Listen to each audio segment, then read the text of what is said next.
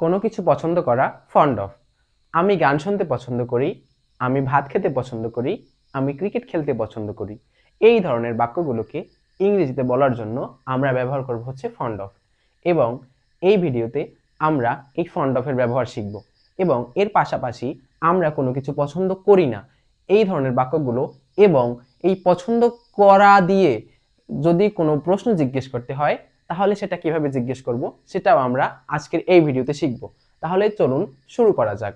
দেখুন, আমি গান শুনতে পছন্দ করি অর্থাৎ আমি কোনো কিছু পছন্দ করি এই ধরনের বাক্যগুলো বলার জন্য আমরা ব্যবহার করব হচ্ছে ফন্ড অফ। এবং ফন্ড অফের পূর্বে অবশ্যই আমাদের একটা বি ভার্ব ব্যবহার করতে হবে এবং এই ফন্ড অফের পরে ব্যবহার করতে হবে ভার্বের সাথে আইএনজি। তাহলে বি ভার্ব কোনগুলো? আমরা সবাই চিনি am, is, are, was, were, have, has, had, can, could, shall, should, will, would, may, might, must. এই সবগুলো হচ্ছে বি ভার্ব, তাই না? এখন দেখুন আমাদের সেন্টেন্স অনুযায়ী আমরা বি ভার্ব বসাবো। তাহলে আমি গান শুনতে পছন্দ করি, এটার ইংরেজি কি হবে? আমের ইংরেজি হচ্ছে আই। আই এর পর বি ভার্ব সবসময় বসে এম, আমরা সবাই জানি। তাহলে আই এম। এখন বসাতে হবে ফন্ড অফ।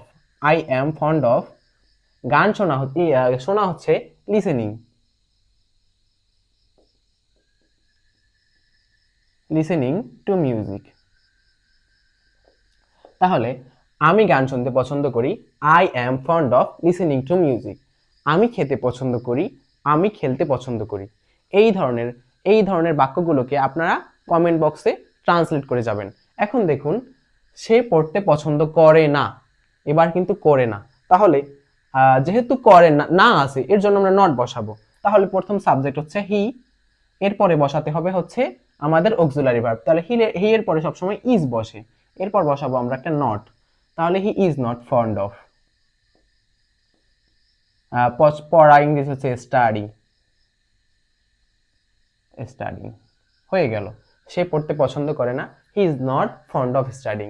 সে খেলতে পছন্দ করে না এবং সে মুভি দেখতে পছন্দ করে না। এটার ইংরেজি কি হবে আপনারা কিন্তু কমেন্ট করে জানিয়ে যাবেন। এখন দেখুন, তারা কি ক্রিকেট খেলতে পছন্দ করে? প্রশ্ন করা হয়েছে। এখন এই প্রশ্ন করা হয়েছে, আচ্ছা আমরা প্রশ্ন করার আগে আমরা একটু লিখি দেখেন, তারা ক্রিকেট খেলতে পছন্দ করে, এটার ইংরেজি কি হবে? তারা ইংরেজি হচ্ছে দে, তারপর দে এর পরে বসে সবসময় আর। তাহলে they are fond of playing cricket. Playing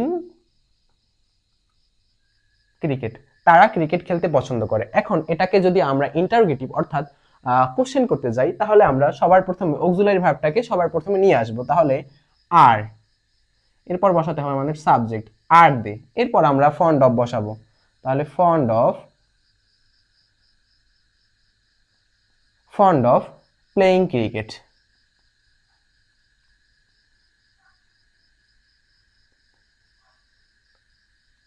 এরপর আমরা বসিয়ে দেব কোশ্চেন মার্ক। এই হয়ে গেল আমাদের হচ্ছে প্রশ্ন করা।